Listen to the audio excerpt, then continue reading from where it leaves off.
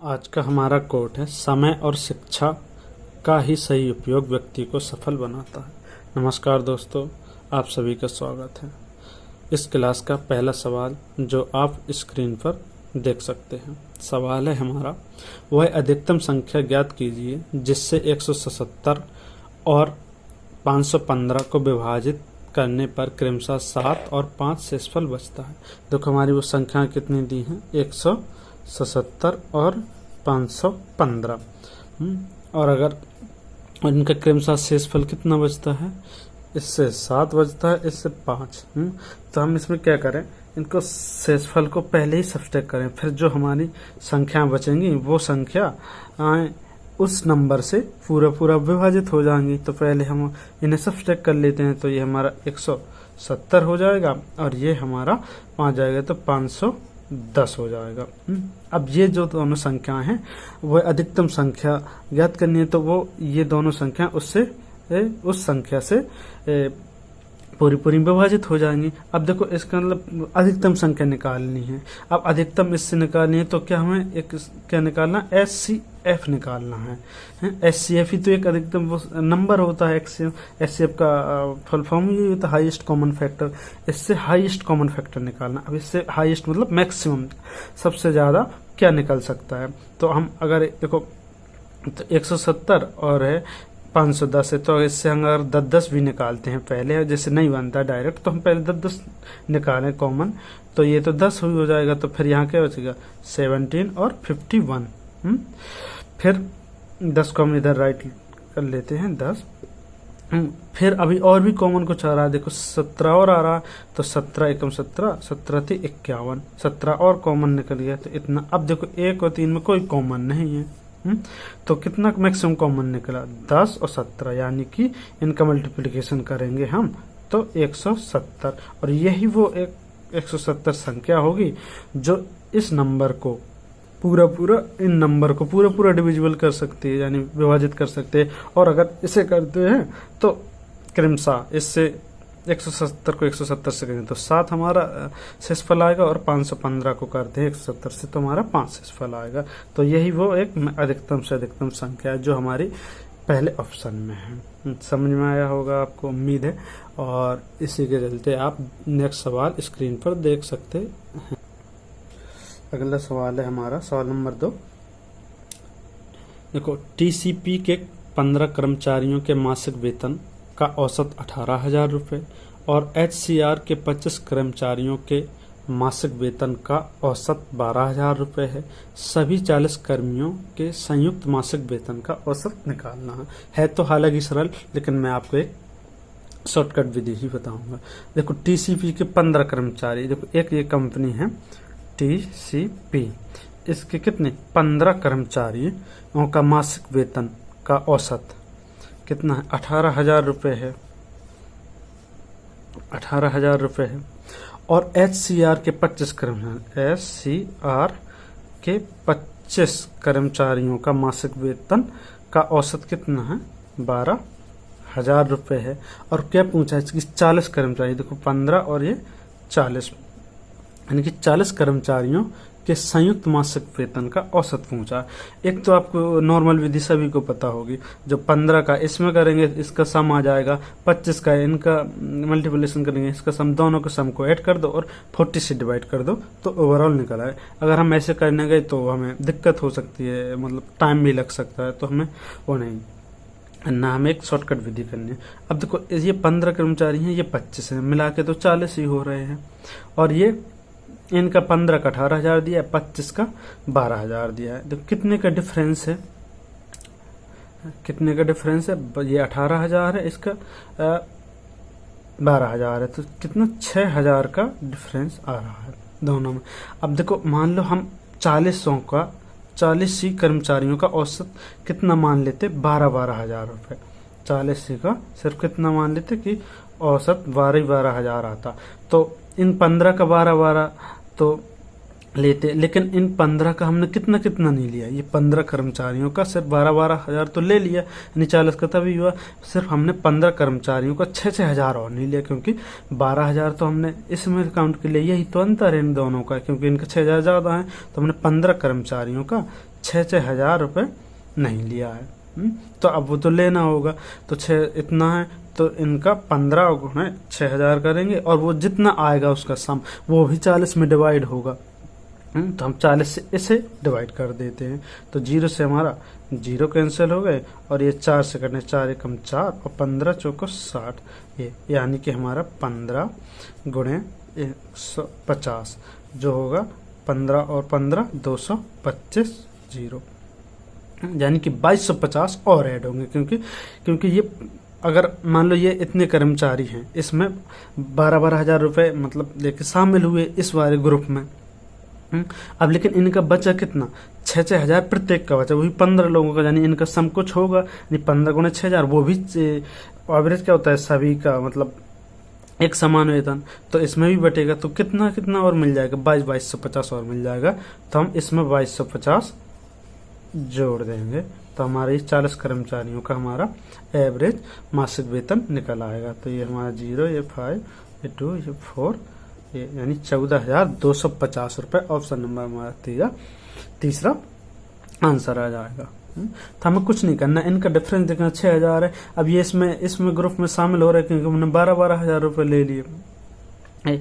हमने इनका 15 कितना 6-6 हजार नहीं लिया, तो हमने 15 का 6 हजार नहीं लिया, तो 15 गुणे 6 हो जाएगा, और वो 40 में डिवाइड फर्दर होगा, तो 40 से डिवाइड कर दिया, जितना आया इसमें 12 हजार में ऐड कर देंगे, मतलब जो भी होगा, तो हमारा ये फाइनल आंसर हो जाएगा। उम्मीद है आपको समझ आ रहा होगा। इसी के चलते आप नेक्स्ट सवाल अब अपनी स्क्रीन पर देख सकते हैं। हमारा अगला सवाल है, 12 मीटर और 8 मीटर की दीवार में 3 मीटर इंटू 1.5 मीटर का दरवाजा है, और 1.5 मीटर इंटू 1.5 मीटर की 2 खिड़कियां हैं। दीवार का क्षेत्रफल ज्ञात कीजिए जिस पर रंग किया जा सकता है। देखो हमारी एक दीवार है, मतलब ये ऐसे दीवार हम अगर फिगर बनाते हैं तो ये दीवार हो, और इसकी मतलब लंबाई चौड़ाई कितनी दी है कि 12 और 8 दी है।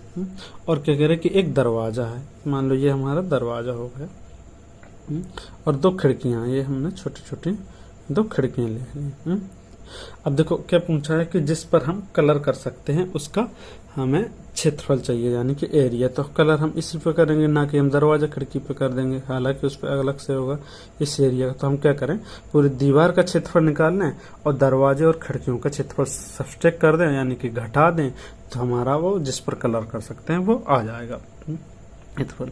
अब देखो पूरी दीवार का क्षेत्रफल कितना होगा, 12 गुणे 8, ये हमारा 96 हो जाएगा। और अब देखो एक दरवाजा है, अब एक दरवाजे का क्षेत्रफल डायमेंशन क्या है कि दरवाजा 3 इंटू 1.5 का है, तो इसका क्षेत्रफल कितना होगा, 15 45, यानी 4.5 हो जाएगा। और ये 2 खिड़कियां हैं, खिड़कियों का डायमेंशन क्या 1.5 इंटू 1.5, तो ये 2.25 हो जाएंगी।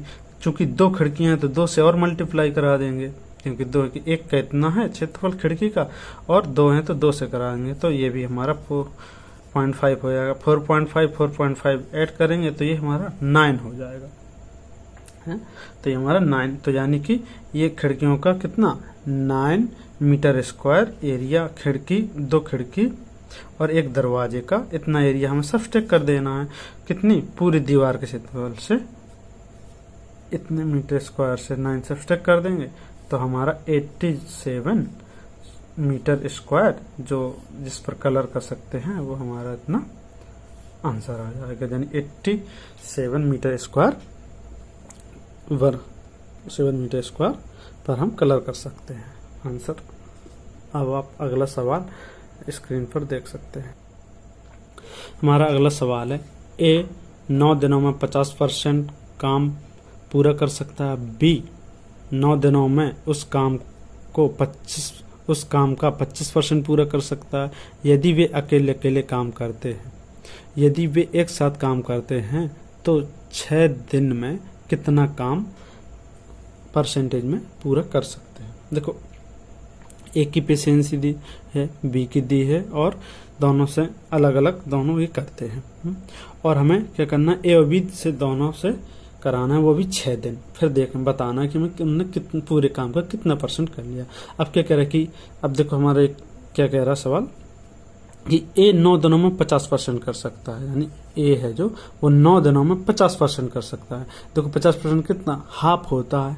तो पूरा काम अगर इससे कराएं ए से तो कितना, 9 दिन में तो ये 50% कर सकता है, तो यानी 9 का डबल कर देंगे 18 दिन में ये पूरा काम कर सकता है। तो हमने पूरा काम ले लिया, तो ये 18 दिन में एक पूरा काम कर सकता है। इसी प्रकार बी है जो हमारा, बी 9 दिन में उस काम का 25% पूरा कर सकता है। बी है जो 9 दिन में 25% कर सकता है। तो बी से अगर हम पूरा काम कराएं, बी से अगर हम पूरा काम कराते हैं तो वो देखो 9 दिन में ही तो करता है, लेकिन 25% करता है। अब हमें पता है कि 100% कराना है, तो 25% यानी 25 चौका 100, तो इसमें भी 4 से मल्टीप्लिकेशन करें, 9 चौका 36, तो ये 36 दिन में कर सकता है। अब दोनों से 6 दिन काम करें, तो हमने ओवरऑल काम 36 मान लिया। तो ये ए करेगा तो इसकी एफिशिएंसी 2 हो जाएगी, और बी करेगा तो इसकी एफिशिएंसी 1 हो जाएगी। यानी ए और बी की दोनों की एफिशिएंसी, ए और प्लस बी, इसकी इनकी एफिशिएंसी कितनी, 3 हो जाएगी। और वो 3 है, और उसे किसने, इन दोनों से कितना, 6 दिन काम कराना है। तो 6 से हम क्या करेंगे, गुणा करा देंगे, 18, तो ये 18 काम कर देंगे। अब यही पूछ रहा है कि ये कितने % है। देखो ये 18 और पूरा काम 36 है, मतलब क्या है, इसका हाफ है। तो मतलब ये तो 100% है पूरा काम, और ये कितना, 18 हाफ है, तो कितना काम हुआ, 50%।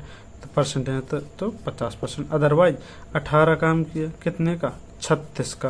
परसेंटेज में बताने के 100 से मल्टीप्लिकेशन, 18 1 18 18 2 36, 2 से करेंगे तब भी हमारा 50% आएगा। और सीधे बात है, ये 36 से 100%, और इसका हाफ करेंगे तो 18 है, और 100% का हाफ करेंगे तो 50%। सिंपल है। अगला सवाल आप स्क्रीन पर देख सकते हैं। अगला सवाल है हमारा, एक समकोण त्रिभुज का परिमाप 30 सेंटीमीटर है और इसका कर्ण 13 सेमी है। त्रिभुज का क्षेत्रफल, क्योंकि एक समकोण त्रिभुज दिया है, सभी जानते हैं समकोण त्रिभुज हमारा ऐसे होगा, ये हमारा समकोण त्रिभुज हो गया। और इसका परिमाप, परिमाप क्या होता है, सभी भुजाओं का योग कितना, 30 सेंटीमीटर दिया है। और इसका कर्ण, कर्ण क्या होता है कि जो 90 डिग्री के सामने वाली भुजा हमारी क्या होती है, कर्ण होती है, वो कितना, 13 दी है। लेकिन तीनों भुजाओं का योग कितना दिया है, 30, यही तो परिमाप होता है हमारा। 13 भुजाओं का योग, यानी तीनों भुजाओं का योग कितना, 30 दिया है। अब समकोण, चूंकि समकोण त्रिभुज है तो इसमें ट्रिपलेट लगेगा, हमें ट्रिपलेट पता है। तो मान लो पूरे का 30 है, 13 हमारा कर्ण हो गया, तो ये 17 बचे होंगे, दोनों का योग 17। और ट्रिपलेट में हम एक को 12 मान लेते हैं, एक को 5 मान लेते हैं, यानी चाहे इससे 12 मान लो चाहे इससे 5 मान लो। तो देखो तीनों का योग करेंगे तो 30 हो जाएगा। और यही हमारा ट्रिपलेट, ट्रिपलेट क्या कहता है, लंब का स्क्वायर यानी कर्ण का स्क्वायर बराबर लंब का स्क्वायर प्लस आधार का स्क्वायर। 13 का वर्ग करेंगे 169 होगा, और 12 का 144, और 25 का यानी 5 का 25, तो इन्हें करेंगे तो ये तो बराबर हो जाएगा, यानी कि हमारी ट्रिपलेट वर्क कर दी है। तो ये क्या समकोण त्रिभुज ही है। अब पूछा है त्रिभुज का क्षेत्रफल, सिंपल है, हमें पता है त्रिभुज का क्षेत्रफल यानी कि एरिया क्या होता है, 1/2 बेस इंटू हाइट। अब 1/2 तो है, बेस हमारा दिया है, चाहे कोई भी ये बेस और हाइट हो सकती है। तो ये 12 इंटू 5, 2 से 6 और टाइम, और ये हमारा 6 इंटू 5 करेंगे तो यानी कि 30 सेंटीमीटर स्क्वायर हमारा समकोण त्रिभुज का क्षेत्रफल हो जाए। इसमें सिंपल है, कुछ नहीं करना है। 13 हमारा कर्ण हुआ तो ये 12 और 5 का ही बनेगा, क्योंकि समकोण त्रिभुज में, अदरवाइज समकोण त्रिभुज नहीं बनेगा। तो 12 5 है, तो हमें पता बेस और हाइट पता चल गई, तो हम एरिया निकालना कुछ बड़ी बात नहीं है। अगला सवाल है हमारा, 3 केजी आलू और 2 केजी टमाटर का मूल 32 रुपये है, और उसी प्रकार के 1 केजी आलू और 4 केजी टमाटर का मूल 39 रुपये है। आलू और टमाटर की कीमत प्रति केजी क्रमशः कितनी है। अब हमें 1 किलो आलू और 1 किलो टमाटर का मूल बताना है। क्या दिया है, 3 किलो आलू, आलू को हम ए ही मान लेते हैं, 3 किलो आलू और प्लस 2 केजी हमारे टमाटर, जैसे टी से डिनोट कर लेते हैं। इन सब का मूल हमारा कितना है, 32 रुपये है। फिर क्या दिया, 1 केजी आलू प्लस और 4 केजी हमारे टमाटर, इन सब का मूल कितना दिया है, 39 दिया है। एक हमारी एक क्वेश्चन ही बन गई, इसे सॉल्व कर लेते हैं, एक का निकाल लेते हैं, आ जाएगा। अब देखो इसमें या तो 3 का मल्टीप्लिकेशन करने तो हमारे आलू आलू सब्सट्रैक्ट हो जाएंगे, अदरवाइज हम इस इक्वेशन को 2 से डिवाइड कर देते हैं। इन सबको पूरी इक्वेशन को 2 से डिवाइड कर देंगे तो ये हमारा ये सेम हो जाएगा और माइनस कर देते हैं। तो इस प्रकार हमारा वैसे इक्वेशन सॉल्व होता है। अब 2 से क्या, ये तो हमारा वैसे ही कट जाएगा।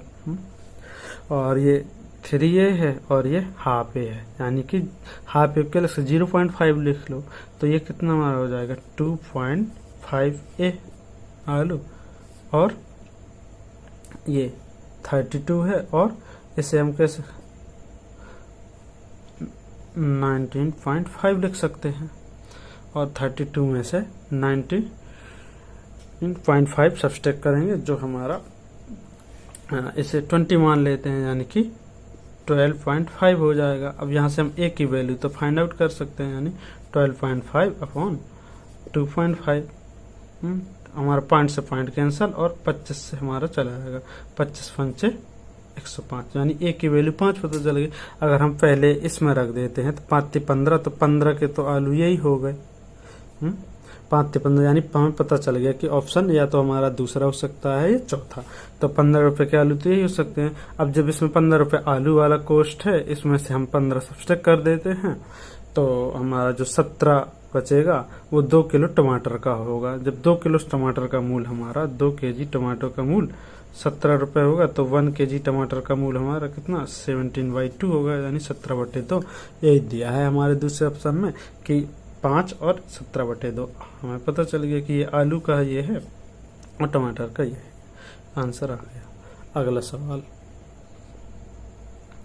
अगला सवाल है हमारा, प्रथम 3 संख्याओं के घन का औसत ज्ञात कीजिए।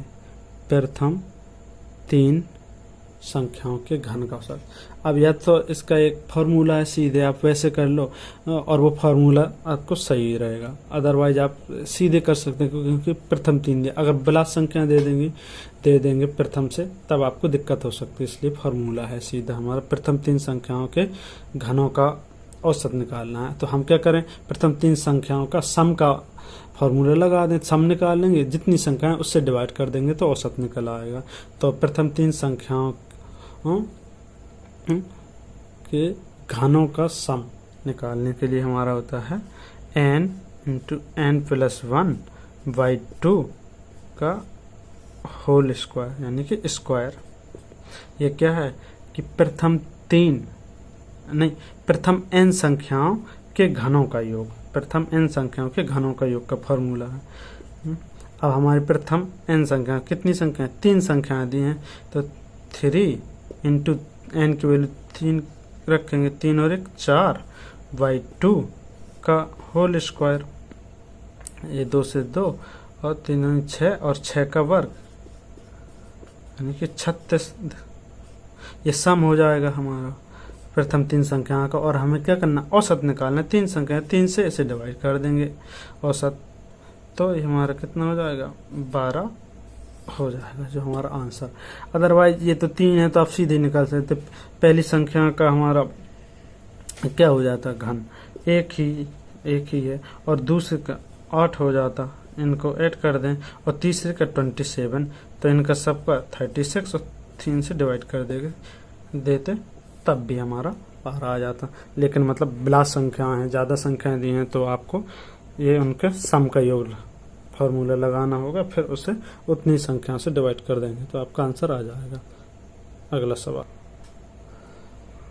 सवाल है हमारा, एक मिश्रण में दूध और पानी का अनुपात 5:1 का अनुपात है और 8 लीटर पानी मिलाने के बाद मिश्रण में दूध और पानी का अनुपात 5:3 हो जाता है। मिश्रण में दूध की मात्रा, अब चूंकि आपने ध्यान दिया होगा कि इसमें क्या है, 8 लीटर पानी मिलाया, मतलब यानी कि दूध में कोई फर्क नहीं आया, जितने लीटर पहले था उतना बाद में था। अब देखो शुरुआती मिश्रण में कितना अनुपात था, यानी मिल्क और वाटर का रेशियो क्या था, 5:1 का था। अब 8 लीटर पानी मिलाने के बाद दूध और पानी का अनुपात कितना हो गया, 5:3 हो गया। तो देखो इसमें तो कोई फर्क नहीं पड़ा, दूध जितना पहले था इतना अभी भी है। फर्क किसमें पड़ा, पानी में। कितने का, अगर रेशियो के हिसाब से देखते हैं तो 2 का, और अगर उस हिसाब से देखें तो कितना 8 लीटर, यानी 2 की वैल्यू हमारी कितनी हो गई, 8। तो 1 की वैल्यू हम कैसे हैं, 4 हो जाएगी। तो इसी प्रकार क्या पूछा है, मिश्रण में दूध की मात्रा। 1 की वैल्यू है 4 है। अब चाहे जिसके जो भी वैल्यू पूछ दे तो आप सीधे 4 का मल्टीप्लाई करा देंगे। तो अब दूध की 5 × 4 कर देंगे, जो हमारा 20, यही हमारा आंसर होगा। अगला सवाल, हमारा सवाल है अगला, एक परीक्षा में पहले 5 स्थानों पर आने वाली लड़कियों को 12, 18, 20, 16 और 14 अंक मिले हैं। अंकों का औसत सिंपल है, सभी को ऐड कर लेंगे और 5 से डिवाइड कर देंगे तो औसत आ जाएगा। कितना दिया है, एक परीक्षा में पहले 5 स्थानों पर आने वाली लड़कियों का 12, 18, 20 और 16 है, यानी कि 12, 18, 20 और 16 और 14 अंक मिले हैं। इन्हें सबको क्या कर देंगे, ऐड कर लेंगे। इन सबका ऐड होगा 80, और उसमें कितनी लड़कियां, 5 हैं, यानी 1, 2, 3, 4, 5। तो 5 से डिवाइड कर देंगे तो 16, यही हमारा एवरेज होगा। अगला सवाल, एक सवाल और, 2 तरल पदार्थों A और B का एक निश्चित मिश्रण 9 और 5 के अनुपात में है। जो 6 लीटर मिश्रण निकाला जाता है और उसकी जगह कंटेनर को तरल B से भर दिया जाता है, तो A और B का अनुपात 9:8 हो जाता है। पात्र में अब तरल A की मात्रा कितने लीटर है। देखो अब इसमें क्या किया है कि पहले जो कंटेनर था उसमें तरल A और B का अनुपात कितना था, 9:5 था। अब क्या किया, 6 लीटर मिश्रण निकाल लिया और उसकी जगह कंटेनर को तरल B से भर दिया, यानी कि 6 लीटर तरल B वाला। ये हमारा तरल A है और ये अगर B है तो ये B वाला 6 लीटर भर दिया। अब मान लो हम किसी मिश्रण से 6 लीटर अगर निकाल लें तो रेशियो तो वही रहेगा, मतलब चाहे जितना लीटर निकालें जो तरल A और B का रेशियो वही रहेगा। क्वांटिटी में फर्क पड़ सकता है निकालने में, लेकिन रेशियो थोड़ी ना, जिस अनुपात में मिले होंगे उसमें अभी भी मिले होंगे, तो उससे कोई फर्क पड़ता नहीं। बस मिलाया है तब भी हमारा उतना ही हो गया। अब मिलाया कितना, 6 लीटर ही मिलाया, क्योंकि 6 निकाला उसकी जगह लेकिन B मिलाया। तो फिर जो नया रेशियो हमारा क्या हो गया, वो नया रेशियो 9:8 हो गया। तो A और B इसमें तो कोई फर्क नहीं पड़ा। A में जो 9 पहले था तो 9 अभी भी, ये फर्क किसमें पड़ा, B वाले में, क्योंकि B ही क्या है, B ही विलयन को, यानी B वाले विलयन को कितना मिलाया था, 6 लीटर। अब अगर इस हिसाब से देखें तो 5 और 3 और 5 और 8 हैं, इनका डिफरेंस कितना है, 3 का है। तो ये किस वजह से 6 लीटर विलयन मिलाया है तरल B वाला, तो 3 की वैल्यू 6 हो जाएगी हमारी। तो 1 की वैल्यू इससे हम निकाल सकते हैं, 2 हो जाएगी। अब पूछा है तो पात्र में अब तरल A की मात्रा, 1 की वैल्यू 2 है, तो यही तो है हमारा अब 9, तो ये 18। तो 1 की वैल्यू कितनी हो जाएगी, 18 लीटर। अब देखो अब कंफ्यूजन की आवश्यकता है, जो निकाला है भाई, निकाला तो रेशियो में थोड़ी ना फर्क पड़ता है, निकालने से रेशियो तब भी सेम रहेगा। तो जो पहले था मान लो इतना ही अभी था, वही सेम रहता। अभी हमने एक ऐसा सवाल किया है। अगला सवाल, हमारा अगला सवाल है, भानु का अपनी 50 पारियों में 35 रन का औसत है। उसके अधिकतम और न्यूनतम स्कोर के बीच का अंतर 90 है। यदि इन दोनों पारियों को हटा दिया जाए तो उसका 48 पारियों का औसत 30 रन आ जाता है। उसका अधिकतम स्कोर कितना है। देखो भानु ने 50 पारियां खेली, जिसका हमारा उसका औसत है 35, और उसके अधिकतम न्यूनतम यानी कि 2 पारियां हटा दी और उनका कितना अंतर मतलब है 90। यदि उन दो पारियों को हटा दिया तो अब पारियां हमारी कितनी 48 बची। तो लेकिन इनका औसत कितना है 30 रन पर आ जाता है। तो अधिकतम स्कोर बताना है। देखो यहाँ दो पारियां सब हटा दी हैं। अब देखो 50 था पहले, अब 30 हो गया। मान लो एक किस्म के इसमें से 30 वाले 33 वाले चले गए 48 लोग 50। तो ये कितना लेके गए इन सब में से, अगर हम इस हिसाब से अगर वैसे लगाएं आप इसका इसमें मल्टीप्लिकेशन करो, सम निकालो इसका इसमें, फिर देखो तो वो लंबा हो जाएगा। सीधे आप देख लो 5 का डिफरेंस है। अगर हम 33 अगर सभी लोग जाते तो ये 33 लेके गए, तो ये अपना 5 तो यहीं छोड़ के आए ना उसमें। तो ये 48 लोग अपना 5 इसी में छोड़ के आए, क्योंकि सबका 35 सेम था। अब ये 30 तो लेके आए, तो 5 छोड़ के आए, तो इतना छोड़ के आए वहीं। तो हम इसका हम करेंगे तो 40 हो जाएगा, 4 कैरी 5 को 20 और 4 24 यानी कि 240 ये हो गया। ये इतना छोड़ के आए। अब लेकिन क्या है 35 था 2 का, अभी 2 तो इनका 35 था, तो 2 का इसका 35 दूनी 70 और अब इन सब का कितना हो जाएगा, यानी इसमें 70 ऐड कर देंगे तो हमारे ये 0 7 4 11 यानी 310।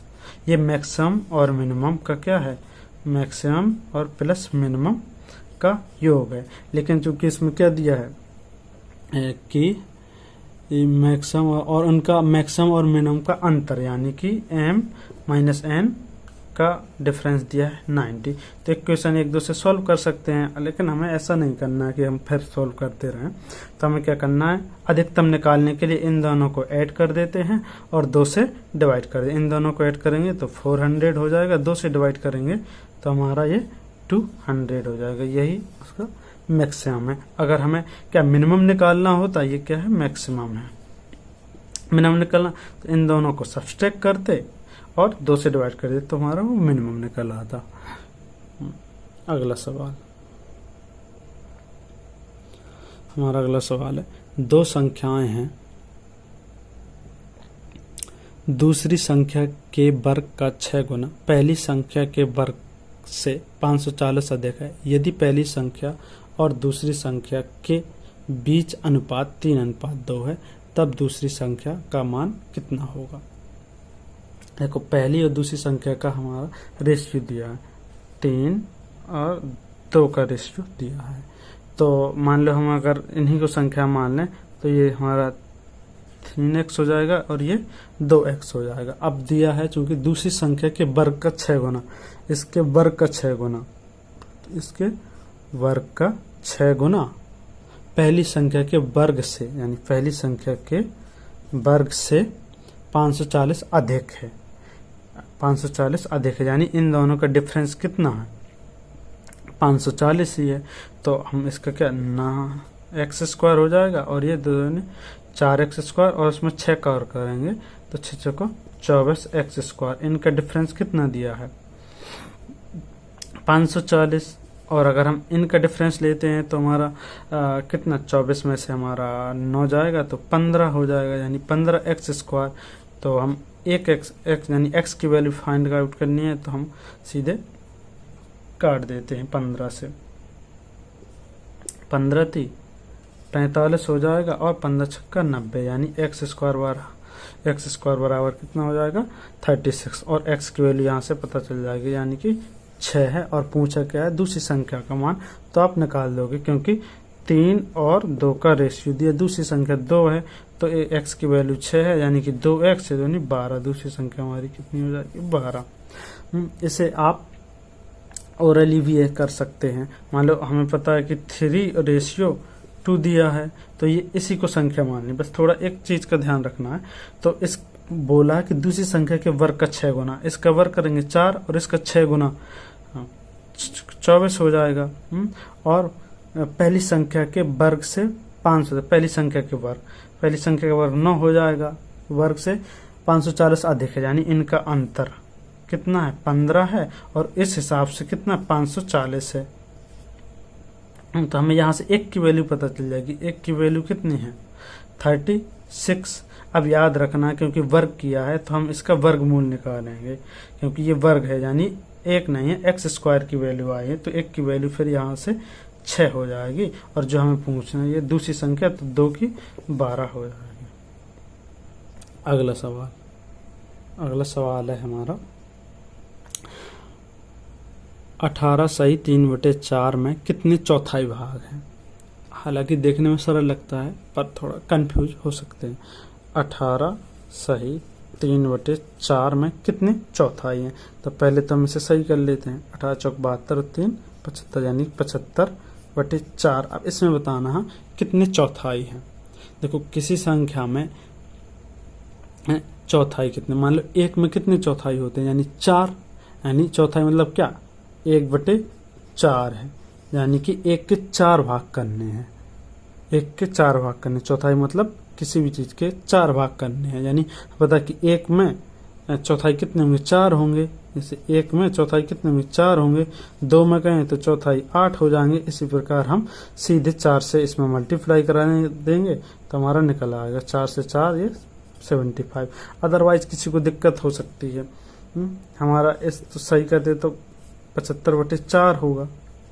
अब कह रहे चौथाई भाग, तो 1/4 चौथाई पता है सबको कि 1/4, तो 1/4 से इसमें चौथाई निकालना तो 1/4 से इसमें भाग दे देते हैं 1/4 ऐसे, और फिर क्या होता 75/4, और ये फिर पलट के 4/1 सेम ही बात है, फिर 4 कट जाए तो ये 70। चौथाई क्या होता है यानी 1/4 होता है, यानी कि ये 4 में 1 ये है चौथाई भाग, यानी 4 भाग होते तो x का ये एक भाग है, यानी कि 4 अगर भाग लें तो उसका 1 है जो वो 1/4 भाग है, यही होता है। यानी कि अगर 1 में कहें तो चौथाई 4 है, सिंपल है कि हमें पता है कि 1 में 4 है भाग हैं चौथाई के, तो इतने में कितने होंगे उस 4 से मल्टीप्लिकेशन कर देंगे, सीधे आंसर निकल आएगा। ओरली हालांकि हो सकता था, ये समझने की बात थी। अगला सवाल हमारा सिंप्लीफिकेशन से है जो आपको स्क्रीन पर दिख रहा होगा। तो हम इसे क्या करते हैं सीधे सॉल्व कर देते हैं। अब आप बोर्ड मास का नियम तो सभी लोग जानते हैं, यानी क्या होता है BOD mass MAS, B for bracket, यानी B से पहले हमें क्या ब्रैकेट सॉल्व करना, O फॉर मतलब का, O का मतलब क्या होता है का है? तो पहले हमें ब्रैकेट सॉल्व कर। अब ब्रैकेट में हमारा बार ब्रैकेट हो सकता है, स्मॉल ब्रैकेट हो सकता है, कर्ली ब्रैकेट हो सकता है, और बिग ब्रैकेट हो सकता है, बड़ा ब्रैकेट हो सकता है। तो मैं पहले ब्रैकेट में पहले हमें बार ब्रैकेट करना है, फिर स्मॉल ब्रैकेट करना है, फिर कर्ली वाला करना है, फिर ये वाला, फिर O मतलब का, फिर डिवीजन, D फॉर डिवीजन यानी कि भाग करना है, फिर M फॉर मल्टीप्लिकेशन, फिर हमें मल्टीप्लिकेशन करना है, फिर एडिशन और फिर सब्सट्रैक्शन करना है। आप सब इसमें कर सकते हैं। तो हमें पहले ब्रैकेट करना है तो हम सीधे इसे ओरली ही करते हैं। 9 और 5 -4 है तो हम 5 में से 4 ले जाएंगे, 9 5 14 हो जाएंगे, 14 4 जाएंगे तो 10 हो जाएगा। तो हमारा अगर हम इसे राइट करते हैं तो ऐसे 55 माइनस बड़ा ब्रैकेट और ये 45 प्लस और ये कर्ली ब्रैकेट और ये 20 और ये तो 14 4 10 ही बचा था तो -10। अब हमारा स्मॉल ब्रैकेट फिनिश हो गया। तो कर्ली ब्रैकेट इसे आगे सॉल्व करेंगे तो ये हमारा 45 और हम इसे 10 हो जाएगा यहाँ, और ये हमारा कर्ली ब्रैकेट फिनिश। अब ये बड़ा ब्रैकेट तो ये हमारा 55 और ये भी 55 हो जाएगा। 55 से 55 कैंसिल यानी कि 0 हमारा आंसर होगा जो ऑप्शन नंबर दूसरे में है। अगला सवाल 12 प्रश्न पत्रों में एक छात्र के औसत अंक 88 हैं। यदि अधिकतम और न्यूनतम अंकों पर विचार नहीं किया जाता है तब औसत 91 है। यदि उनके अधिकतम अंक 92 है तब न्यूनतम अंक याद करना। इसी प्रकार हमने अभी एक सवाल किया है तो ये हम इसे जल्दी से करते हैं। 12 प्रश्न पत्रों एक छात्र का 12 प्रश्न पत्रों का औसत 88 दिया है और अधिकतम और न्यूनतम पर विचार नहीं किया जाए यानी कि हटा दिया जाए तब औसत हमारा कितना बचता है 91 हो जाता है, यानी कि 2 हटा दे तो ये 10 बचेंगे। प्रश्न पत्र इनका औसत 91 हो जाएगा। यदि उनके अधिकतम 92 हैं तो न्यूनतम याद करना है। तो सिंपल है, यहाँ से हमने 2 तो सब्ट्रैक्ट कर ही दिए हैं। अब देखो ये अगर 10 मान लो एक किस्म से इसमें से चले ही गए हैं ये 10 छात्र, जो कितना इक्यावन लेकर गए, यानी कि कितना डिफरेंस, 3 लेके ज्यादा गए हैं। कितने लोग गए हैं? 10 लोग गए हैं, 3 ज्यादा, 10 30 ले गए होंगे। चूंकि अगर 88 ले जाते तो कोई दिक्कत नहीं होता, 2 का उतना ही सेम ही हो जाता, यानी 2 का मल्टीप्लिकेशन कराते और ये 92 सब्सट्रैक्ट कर देते तो हमारा मिनिमम निकल आता, यानी कि न्यूनतम अंक। अब हम क्या ये 3 ज्यादा लेके गए हैं, प्रत्येक कितने लोग? 10 लोग लेके गए हैं, तो ओवरऑल 30 ले गए हैं। तो अब वो किन में से ले गए होंगे? 88 में से, इन्हीं 2 में से ले गए होंगे, यानी 88 है और इसमें 2 से मल्टीप्लाई कराते हैं तो 16 और 176 ये होगा हमारा। तो इन्हीं में से तो 30 लेके गए हैं जो एक्स्ट्रा, तो इससे हम 30 और सब्सट्रैक्ट करा देंगे तो हमारा 1 और ये 46 हो जाएगा। तो ये 2 का है 146। अब इसमें ये क्या मैक्सिमम 2 कौन से हैं? वो मैक्सिमम वाले अंक और न्यूनतम वाले अंक, दो जो मैक्सिमम दिए हैं। तो हम इसमें से मैक्सिमम अगर सब्सट्रैक्ट कर दें 146 में से मैक्सिमम जो कि हमारे 92 हैं, तो हमारा मिनिमम आ जाएंगे अंक, यानी न्यूनतम अंक। इसमें से हमारे ये 4 जाएगा और ये 5, यानी कि 54 हमारे न्यूनतम अंक हैं और 92 मैक्सिमम अंक है। यही हमारा आंसर है। आपने अभी एक सवाल ऐसे सेम किया था। अगला सवाल हमारा फिर सिंप्लीफिकेशन से है। सभी को नियम पता है, बॉड मास का नियम लगाना है, यानी कि पहले ब्रैकेट, फिर ऑफ यानी कि क्या, फिर डिवीजन यानी भाग, फिर मल्टीप्लिकेशन और एंड देन एडिशन और सब्सट्रैक्शन। तो सिंपल पहले हमारे इसमें स्मॉल ब्रैकेट का सॉल्व कर लेते हैं। तो वैसे सॉल्व करेंगे जो आप क्वेश्चन स्क्रीन पर देख सकते हैं।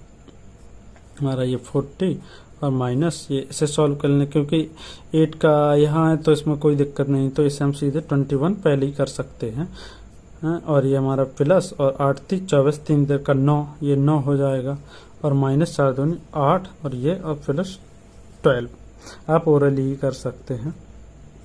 ये हमारा 40 और ये सब्सट्रैक्ट करेंगे 21 और 9 30 हो जाएगा, 30 8 गए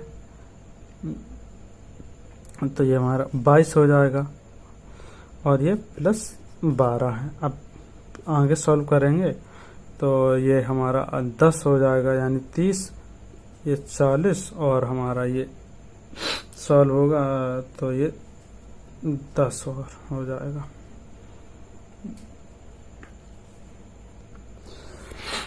यानी कि 40 माइनस 22 और प्लस 12 तो माइनस 10, तो ये 30 हो जाएगा। ये हमारा आंसर। अगला सवाल आप स्क्रीन पर देख सकते हैं। आज का लास्ट सवाल है। एक हौज यानी कि टंकी को एक नल 21 घंटे में और दूसरा नल 23 घंटे में भर सकता है। यदि दोनों नल एक साथ खोल दिए जाए तो हौज भरने में कितना समय लगेगा? बहुत ही सिंपल सवाल है। एक नल है, यानी कि ए मान लेते हैं कि ये 21 घंटे में भर सकता है, बी है जो दूसरा 23 घंटे में भर सकता है। तो अगर दोनों को एक साथ खोल दिए जाए तो कितने समय में भरेंगे? तो सिंपल सी बात है, आप इनका एलसीएम ले लेते हैं। अगर ना एलसीएम समझ में आए तो कोई दिक्कत नहीं, इनका सीधे दोनों नंबर ही का मल्टीप्लिकेशन ले लेते हैं, यानी कि 21 × 23 इतना। तो ये हमारा कितना हो जाएगा? 23 का इसमें मल्टीप्लिकेशन करेंगे तो ये 3 हो जाएगा, 2 कैरी हो जाएगी तो 46 और 2 48, 483 हो जाएगा कैल्शियम। अब देखो ये इससे भराएंगे तो ये 23 इसकी एफिशिएंसी होगी, यानी कि पर घंटा ये 23 भरेगा, इससे भराएंगे तो इसकी एफिशिएंसी 21 हो जाएगी। तो ये 23 भरेगा और ये बी 21 भरेगा। अगर हम इन्हें ऐड करते हैं, दोनों से भराना है चूंकि, तो हम इससे दोनों से भराएंगे तो ये हमारा 44 हो जाएगा, जो 483/44 यही ऑप्शन में दिया है। तो यानी 483/44 आवर्स लगेंगे। सिंपल सवाल है, सभी को बनते हैं ये। और इसी प्रकार आज की हमारी क्लास समाप्त हुई और थैंक यू फॉर वाचिंग। आप सभी ने ये क्लास देखी और कल हमारे इसी सीरीज को आगे बढ़ाएंगे और आप अपना रिस्पांस दीजिएगा कैसी लगी क्लास और किस टाइप के क्वेश्चन कराने हैं। धन्यवाद।